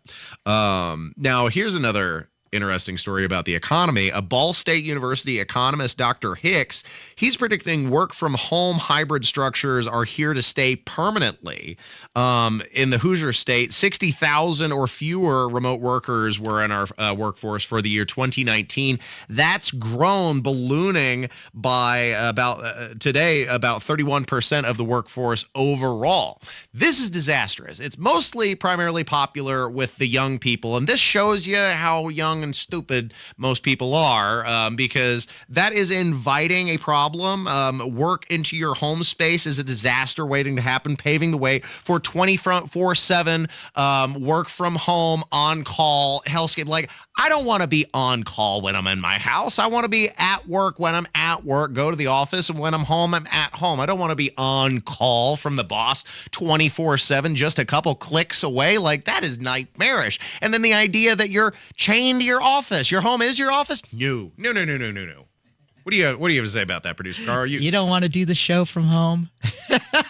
Well, I know somebody here who would disagree, who likes to do the show from home. But no, I like to be in the studio. I like the atmosphere of this wonderful broadcasting facility that we have, even though the carpets are, original to the facility in the 90s and probably haven't been vacuumed since then. Whatever. It's still a really nice view that's currently obstructed by the American flag. But otherwise, we get to look out on Monument Circle. We got really nice coworkers. I want to come in and mingle, and then I want to go home. I don't want, that's the other thing. I don't want the coworkers at my house. The coworkers can be at work, and then the home is the home life. So mingling these two is a problem. So in theory, I tend to want to work from home in theory, but you're absolutely right. If you have a spouse, the concept of you being home all the time, it wears thin. Well, see, very quickly, particularly when the boss. So my last job prior to coming back to WIBC, I was working for an LA company. So they work until 6, which is 9 p.m. So I was working until 10 p.m. and it's like, no, this is not working. So you're on call at work and at home 24/7. This sounds like a nightmare scenario. Yeah. Again, going to show the young people really aren't using, the full brainial capacity there. As usual, the young people are ruining it for everybody, right? And damn youngins. Waving my fist at the sky. Get off my lawn. Thanks for listening to Saturday Night on The Circle.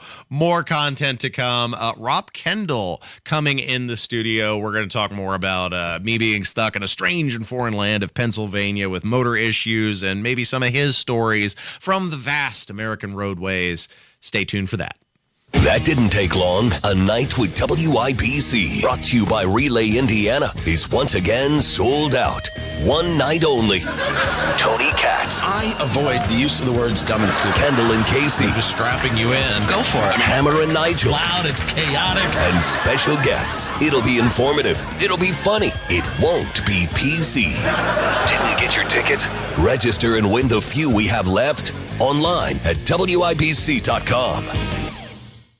Stop right now and ask yourself, what is most important to you? Hey, this is Casey Weed at Howard Bailey Financial, the official wealth management partner of Notre Dame Athletics. We believe in developing retirement plans driven by what is most important to you, your purpose. Then we can build what we call your financial life plan, made up of 4 main pillars: liquidity for emergencies, income to last a lifetime, flexibility to adapt, estate planning to maximize your legacy, and finally, tax planning to maximize what you can spend and pass on. To learn more about saving on your taxes, get your free digital tax guide. Just call or text TAX42 to 866-482-9559. That's TAX42 to 866-482-9559. Notre Dame Athletics was compensated for this endorsement and is not a current client of Howard Bailey. For more information, please visit howardbailey.com/ND disclosure. Investment advisory services may be offered through Howard Bailey Securities LLC, a registered investment advisor. Working with Howard Bailey Securities LLC cannot guarantee investment success or that specific financial goals will be achieved. Tony Katz here. Join me to support veterans at Premier Arms' 22nd anniversary party this Saturday, 4 to 7 p.m. at Premier Arms in Brownsburg to benefit the VFW in their work assisting veterans suicide awareness. In addition to your help on Saturday, we're supported by Hendricks County Bank and Trust, Johnson County Firefighters Local 4252, Exercise Inc., Nature's Choice, and the Everyday GSD podcast. I hope you join me and these fine businesses this Saturday at Premier Arms in Brownsburg. Find out more at premierarms.com, and I'll see you this Saturday. A lot of schools talk about training the cybersecurity workforce of the future, but do they really deliver? My Computer Career has been supplying the IT workforce with thousands of skilled, certified pros for 15 years. Train with the experts in support, networking, or cybersecurity and start your career in months, not years. Upskill even faster. On campus or live online, qualified students may get financial aid, including the GI Bill. My Computer Career. Accredited, acclaimed, effective. Take the free career evaluation at mycomputercareer.edu. Fox News, I'm Samantha Liebman. A massive earthquake hitting Morocco, now claiming over 2,000 lives. It toppled historic buildings and walls that were not constructed to withstand a powerful earthquake. This was the strongest earthquake to hit Morocco in 120 years. Huge boulders fell onto some of the roads, making it very tough for rescue crews to reach some of the mountain villages that were hit hard. Over 2,000 people injured. That was Christina Coleman. Hurricane Lee has been downgraded to a Category 3. We've got forecast tracks that maybe take it back up to a Category 4 hurricane. It's going to be a major hurricane no matter what. Winfield actually well off the Caribbean islands, but they are still feeling impacts. You're talking 9-10-foot swells battering some of the islands. That's Fox's Adam Klotz reporting. America is listening to Fox News.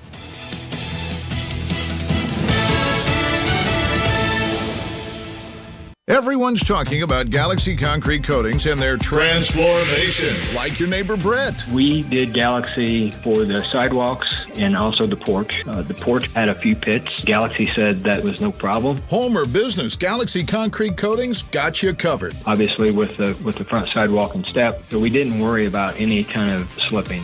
You know, you're concerned about that after rain. And then when it did dry, it didn't spot, it didn't stain. It was just like it had been done yesterday. Lots of styles to choose from. 4 times stronger than epoxy and a 15-year warranty. It's one thing that my wife commented on was how easy the Galaxy coating swept versus just the bare concrete. Click on GalaxyConcreteCoatings.com now. That's Galaxy Concrete Coatings. And remember to like us on Facebook. Galaxy Concrete Coatings. We're out of this world. We moved here recently. I didn't even think twice about calling anyone else but Galaxy to come do this house.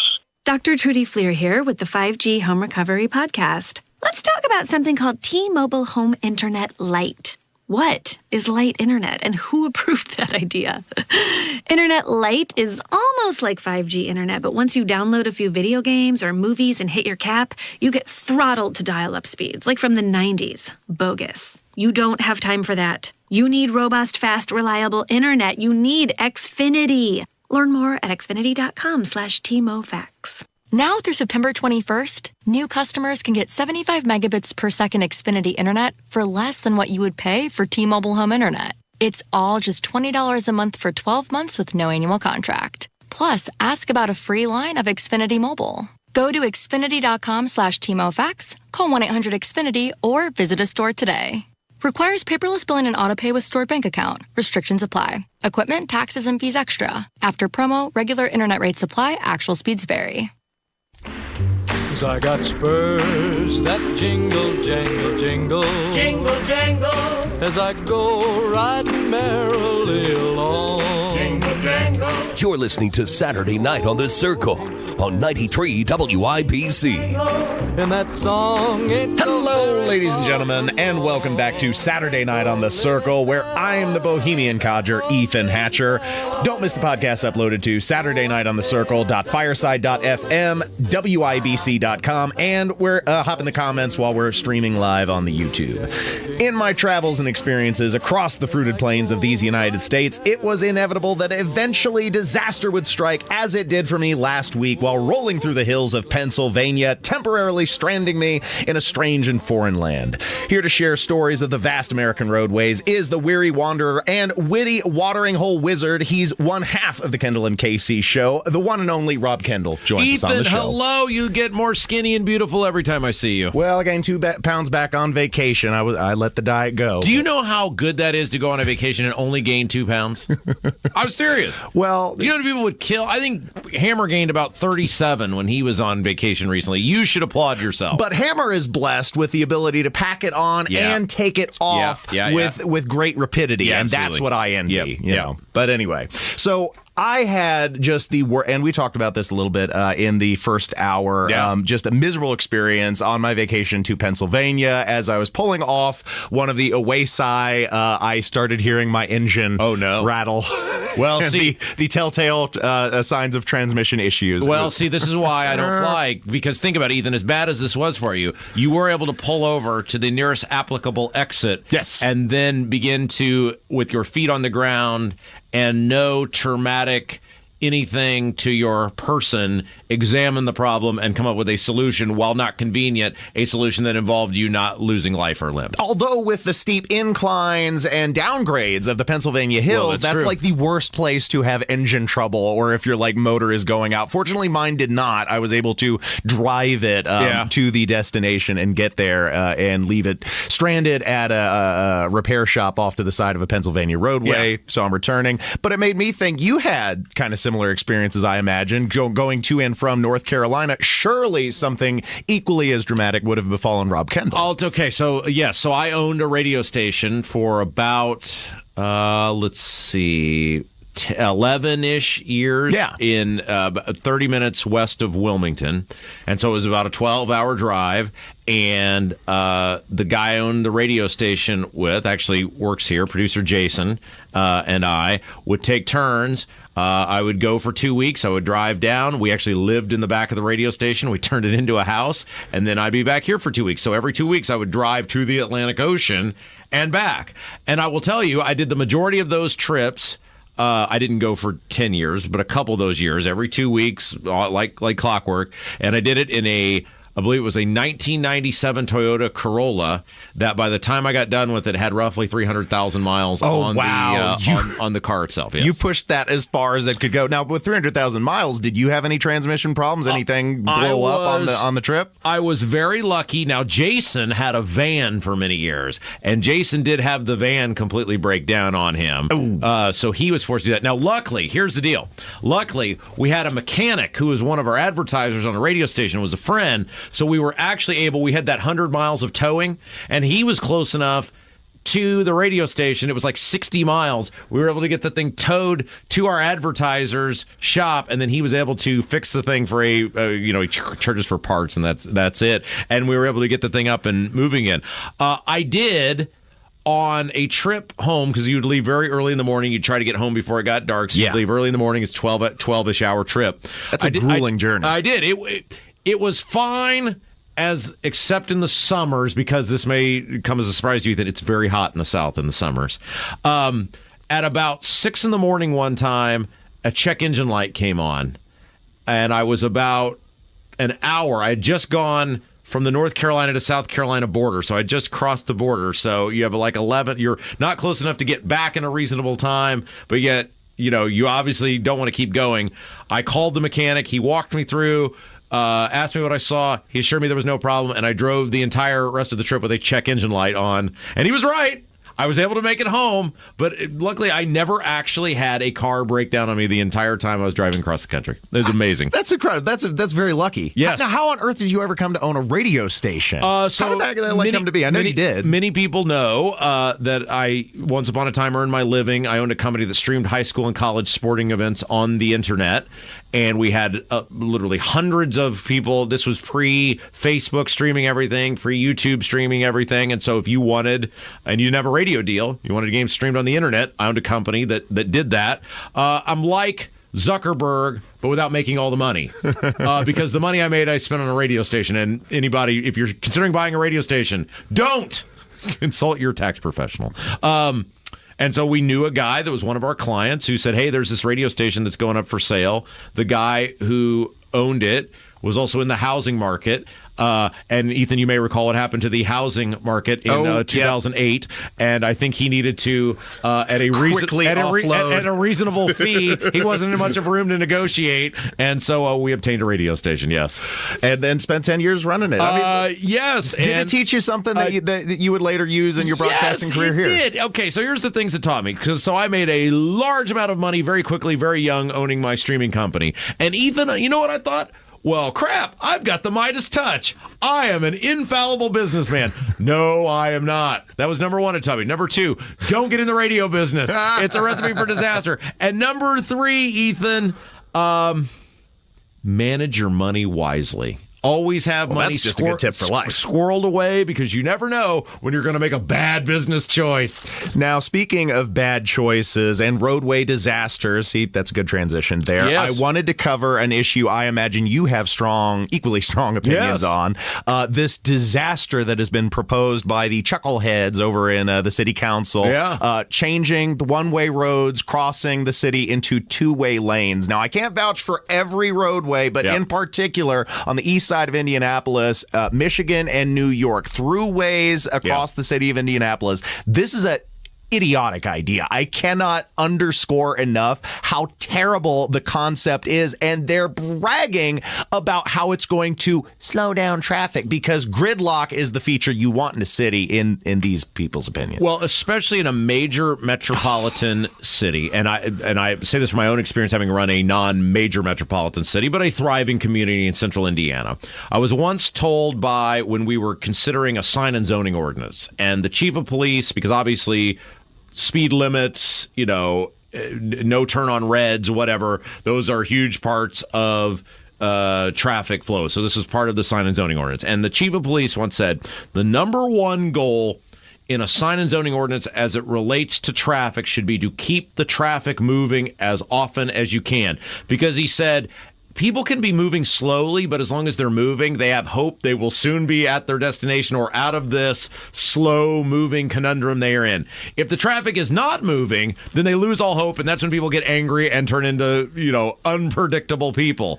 And so the goal of whatever you do, whether it's one-way streets, two-way streets, no turn on red, whatever, should be a responsible movement of traffic as often as possible. And yet, you have seen the city of Indianapolis take the exact opposite approach, whether it's the red line or as you're talking about with these new potential restrictions, etc., because it's not about the flow of movement to them, which is what it should be. It's about bizarre leftist fantasies in many cases. I'm glad you mentioned the red line because that does tie into this discussion for a couple of different reasons. Also a poorly conceived and executed concept from beginning to finish, and also to allure more federal money. We're in the money. Come on, money. Indianapolis, what they get, more than $20 million for the red line, and that's exactly what's happening with this proposal. You had Andre Carson and, of course, Buddha Judge rocking everywhere, make an appearance with the city council, and they're giving $25 million in freebie federal dollars to enact this atrocity on the city of Indianapolis. This is a bad idea. I've heard it justified because it's going to slow down traffic as if gridlock was a feature, and then also,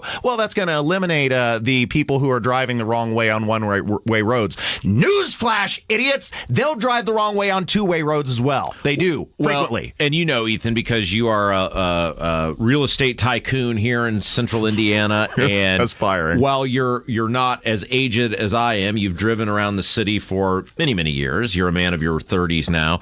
One of the pre-Joe Hogsett, one of the selling points of living in and working in downtown was the easy flow of movement. Mm-hmm. Like, for me, as a person who drove from the west side in a west side suburb, it was a very easy 25-minute venture to downtown.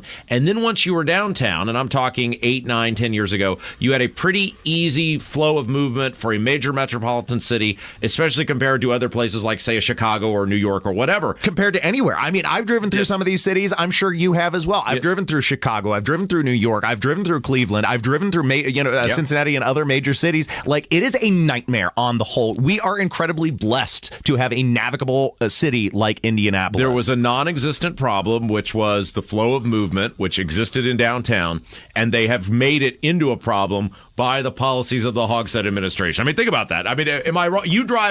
I drive here to work now. You drive here because you live here. Am I right or am I wrong? They took a non-existent problem and turned it into a problem by their policy. Yes. No, absolutely. They've created a problem. I mean, the throughway on College Avenue has been mutilated because of the red line, and now they're getting ready to do it with the one-way through fares to the city. This is problematic, as the left likes to say. Yes, that's correct, and it's of their own doing, and it's because of this weird obsession with buses and forcing. I mean, they really don't want. Ultimately, what this is all about is it's not money. Well, but it's about they don't want people to have free flow of movement, because free flow of movement is freedom as an individual. Yes, and if you are confined to having to take public transportation of some sort, then it is another area where you are beholden to the government. Yes, you have brought us full circle and connected us again with the red line, which I appreciate, because I was going to highlight that very thing. By limiting your movement, it's forcing you into their ridiculous schemes. 100%, absolutely disastrous. Yes, but you are not disastrous. You are a national treasure, and the people are better off for having heard you every single Saturday. Thank you, Rob. That's what we do. You're listening to 93 WIBC, Saturday night on The Circle. More on the way. Stopped on 465 from again. the north side. We haven't moved on 37 to the south side. Avoid south side 465 to the west side. Yeah, stopped on westbound 465 to again. the east side. Gridlock all the way through the east side. Traffic's a bear. Drove into a ditch through the tree line. And just Matt Bear. Traffic stop on the right. He's a beast. Traffic jam of epic proportion. Helping you navigate the. Oh, come on. And the. Let's go. And the.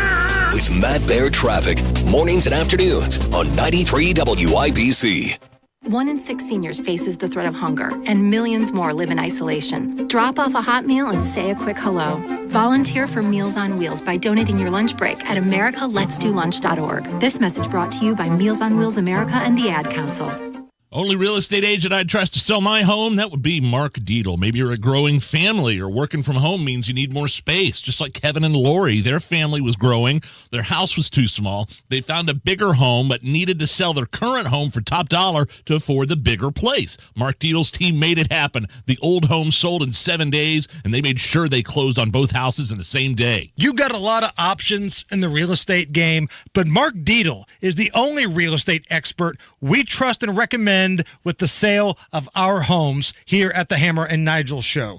Mark Deedle guarantees your home sold at a mutually agreed upon price and deadline, or he will buy it. That's what makes him the best. Pick your move date, no long-term contracts, and you can cancel anytime.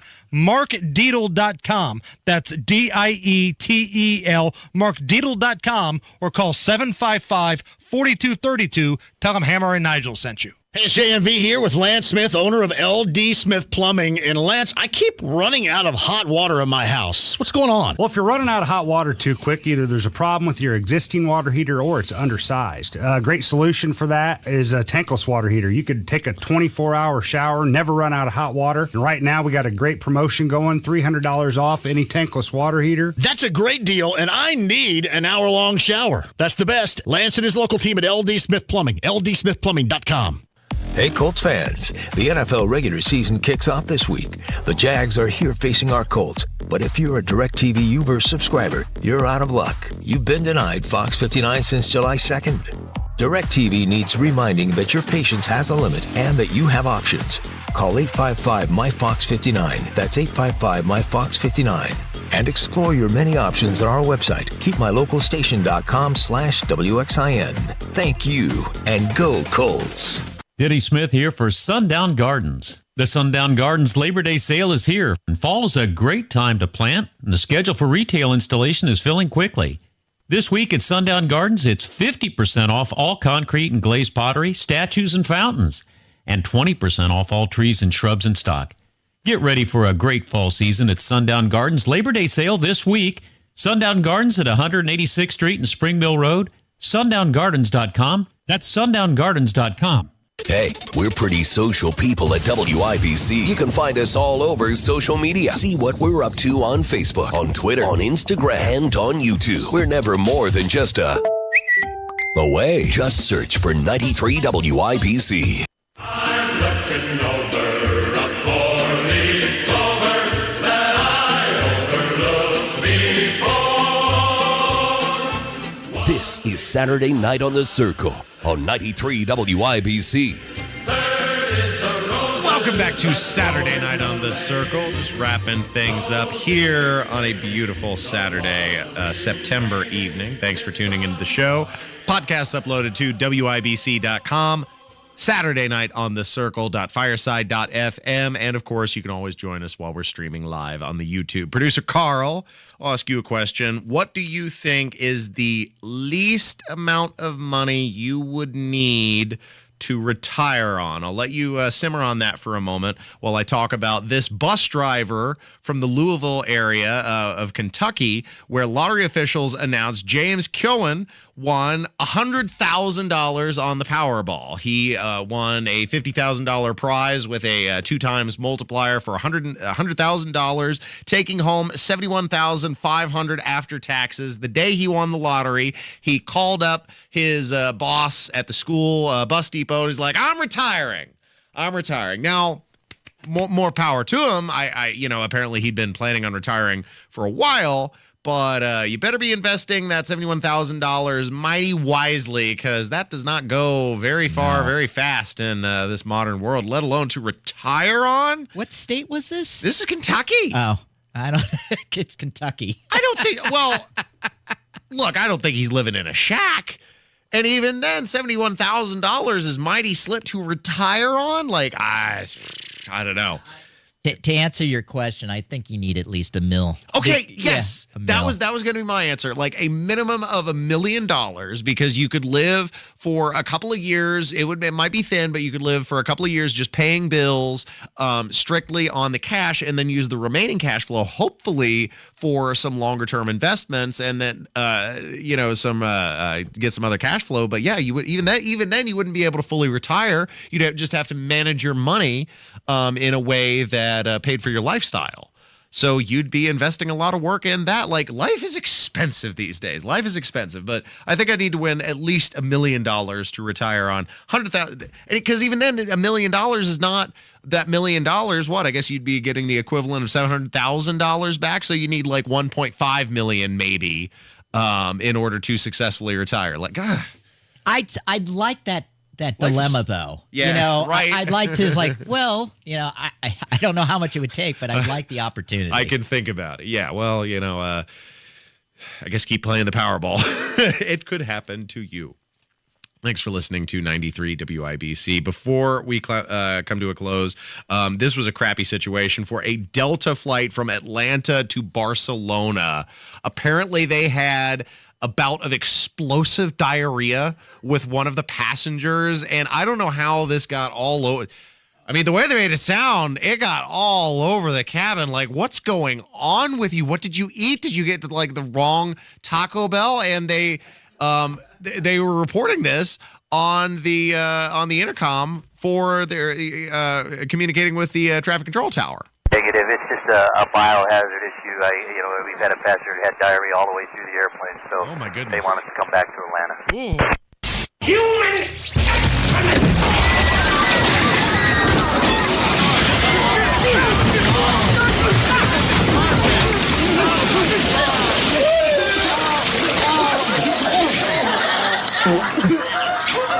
So this was they were more than 2 hours into the flight when they had to circle back and then take another plane. Could you imagine being stuck in that tin can with the stench? It's just wafting through, and then it's recycled air. You can't even open a window. It's like getting cycled back through the filtration system.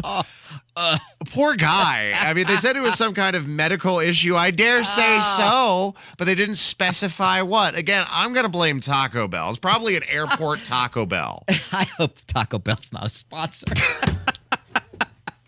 I'm bad with the corporate sponsors, Yeah. Carl, except for King's Hawaiian, Yeah. which we had earlier, and may be building a factory in just south of Edinburgh here in Indiana. So King's Hawaiian, delicious dinner rolls if you want to be a sponsor of Saturday Night on the Circle. We won't besmirch your name like Delta or Taco Bell or Enterprise. McDonald's. Yeah, Enterprise. The list goes on. I better get off before I get in trouble legitimately. Thanks for listening to the show, ladies and gentlemen. As always, it's fun coming into the studio and just having a chat with you. I have a blast on Saturday Night on the Circle. Producer Carl, of course, is phenomenal. And this Saturday has been really fun because, like I said at the beginning of the show, I was not 100% for sure that I was going to make it back to Indianapolis in time to do the broadcast. So I'm just pleased that I was able to make it. We're glad that you're back safe and sound. And I leave you with my parting words of wisdom. As always, wherever you are, whoever you're with, whatever you're doing, remember that life is a state of mind. And I'll see you, ladies and gentlemen, next time on Saturday Night on the Circle.